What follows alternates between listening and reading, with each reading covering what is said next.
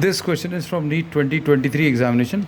The statement of the problem says in hydrogen spectrum, the shortest wavelength in the Balmer series is lambda and the shortest wavelength in the bracket series अभी हम लोग बताना है.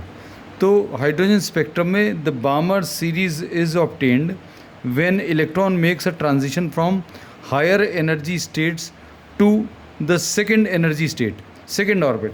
सो 1 lambda is equal to 1/2 square minus 1/ni square into are.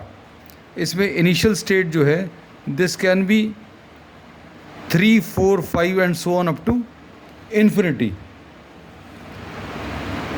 अब इसमें Brackett series is obtained. Brackett series कब मिलता है?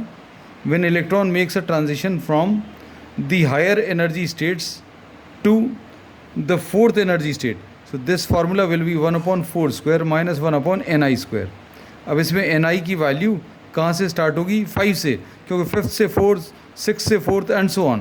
तो ni की value 5, 6, 7 and so on up to infinity. अब शॉर्टेस्ट वेवलेंथ कब मिलती है? The shortest wavelength is obtained from the longest jump. इसमें लॉन्गेस्ट जंप होना चाहिए. लॉन्गेस्ट जंप मतलब ये electron makes a transition from infinity. तो बामर की जो शॉर्टेस्ट वेवलेंथ है वो कब मिलेगी? When electron makes a transition from infinity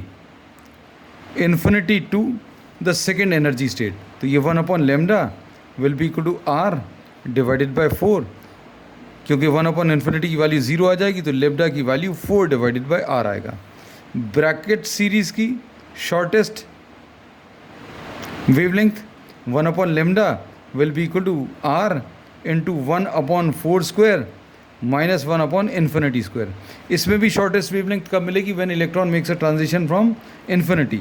तो इसमें लेम्डा की वैल्यू 1/λ की वैल्यू r/16 आएगा, या फिर इसको अभी हम लोग लेम्डा डैश लिख दे रहे हैं. So lambda dash will be equal to 16 divided by R. इसको अभी हम लोग कैसा लिख सकते हैं? 4 × 4/r, और 4/r को अभी हम लोग लेम्डा लिख सकते हैं. तो 4 टाइम्स लेम्डा आ जाएगा. So this is given in the first option.